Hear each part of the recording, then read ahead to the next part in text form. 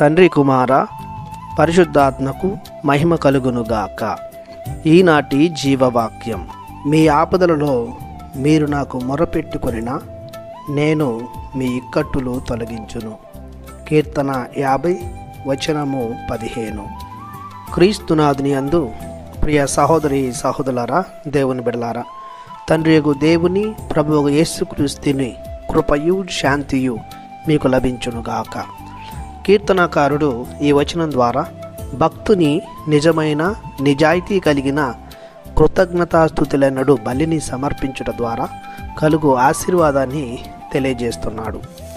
ఆపదలో దేవుని మొరపెట్టినప్పుడు దేవుడు స్పందించి మన ఇక్కట్లు తొలగించాలంటే ముందుగా మనం కొన్ని కార్యాలను మన జీవితంలో నెరవేరుస్తూ ఉండాలి.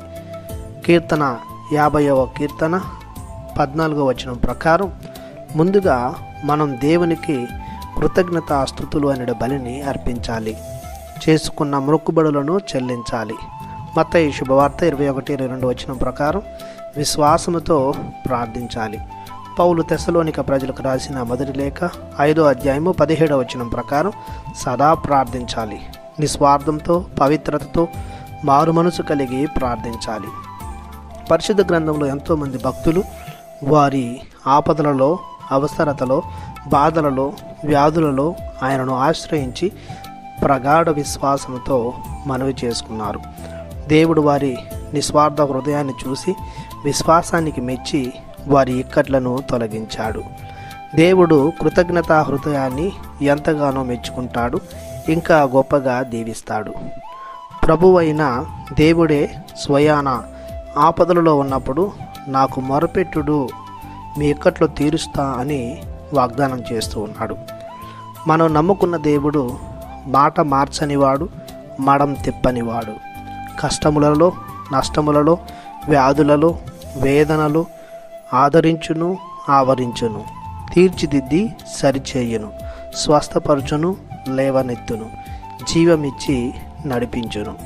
కావున మన ఆపదలలో ఆదరించే దేవుడిని, ఇక్కట్లు తొలగించు దేవుణ్ణి ఆశ్రయించుదాం, ఆరాధిద్దాం, మన ఎలయేల్పుగా స్వీకరించుదాం. ప్రార్థించుదాము.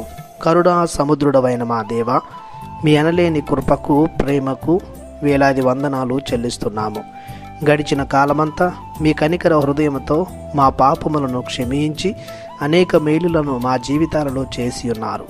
మా ఆపదలలో, అడ్డంకులలో, అనారోగ్యాలలో, అవసరతలో అండగా తోడుగా ఉన్నారు. మీ ఈ ప్రేమను ఎల్లకాలం కొనసాగించమని దీన హృదయంతో బ్రతిమాలి ప్రార్థిస్తున్నాము తండ్రి. ఆమెన్. దేవుడు మిమ్ము దీవించునుగాక. ఆమెన్.